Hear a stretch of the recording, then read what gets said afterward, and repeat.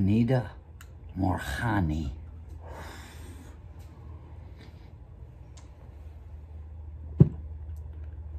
What the hell is a Morhani or honey that this woman needs so bad?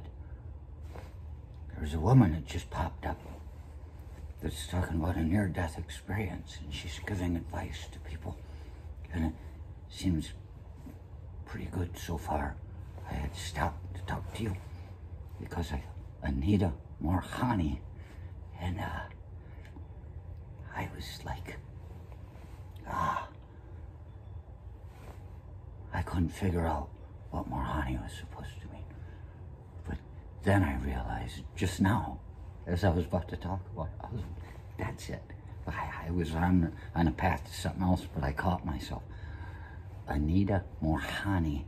You know, many people come to the United States and come through Ellis Island and all that, and their names are too hard or something, so people change them, and you end up with just Smith or Dick or something, you know. And maybe her name was Heine, her people's name, and it was just too dirty for the U.S. at the time. Anita Morhani, as they talked with an accent. And you may think that sounds ridiculous, but Victoria had a cousin. And see, I told you, our families have been linked for years before Victoria and I blew their minds and came together. And she has this cousin named, we will call her last name Jones. Anita Jones. And she met this guy, whether she loved him or not, I don't know how much she could have loved him if she made him change his name. But he was gonna marry her, and I had heard through the grapevine this guy's name. I can say it because this name doesn't exist anymore. His name was, his last name was Dick. And so for them to get married, her name would have become, are you listening? And you got it, Anita Dick. And she was just so too prim and proper and a whore behind the lines. But out in public, when you leave the farm, you represent the family. So she's prim and proper. Her name was becoming Anita Dick, so that now everybody would know. And they would argue and say, oh, she doesn't just need one, she needs several, type of thing, you know. And it's, I can't have that, not leaving the farm. And so what I'd heard was that she was making it hyphenated when they got married. So it was going to become Anita Jones Dick. And I thought that was funny. I'm like, that's even worse. That's just like you're keeping it on the farm. But as it turns out, she went ahead and made this guy give his name up altogether.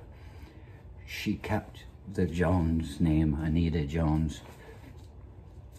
You can put anything on the end of that you want, but she made him change his name to Mr. Jones. And it's too bad because I've met the guy, nice guy. Even for a cop, nice guy, a really good person as far as I could tell. But I think he must have had some psychological issues to end up with her. So what I was getting at was this Anita Morhani, Anita Morhani. They'd speak with an accent to say it that way. I don't know where they come from. This Anita Morhani woman died of end-stage cancer and went to the other side. I haven't watched the whole thing. I'm just getting the gist.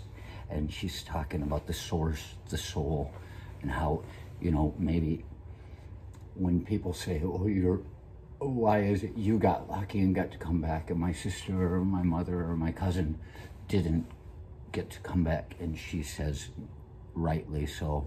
And I said it right before she did. I understand. Maybe she's not the lucky one. Maybe those people that crossed over are the lucky ones because they're in a place that's pure and they still have the ability to help us here and all this. And as she's talking about sources and souls, it occurred to me.